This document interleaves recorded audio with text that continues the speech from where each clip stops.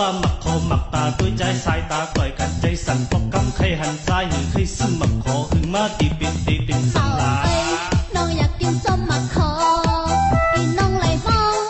องไปเจ้ามักคอน้อยน้องอ่อนเคยซื้อมักคอ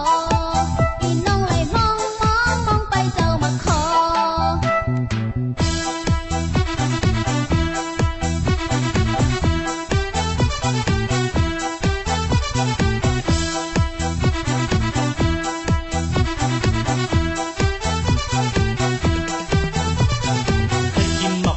หันเจ้าเหมือนมักคอก็หวานก็ซื่อก็งามเจ้าเหมือนก็หลอกเป็นหือเป็นส้มอยู่ห้าเพชรอยู่ห้าซบว่ามักคอมักตาด้วยใจสายตาต่อยกันใจสั่นพอกำใครหันซ้ายหนึ่งใครซึ่งมักคอหึงมาตีเป็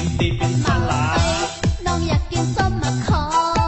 อีน้องเลยมองไปซื้อมักคอน้อยน้องอ่อนเคยซื้อมักคออีน้องเลยมองไปเจ้ามักคอ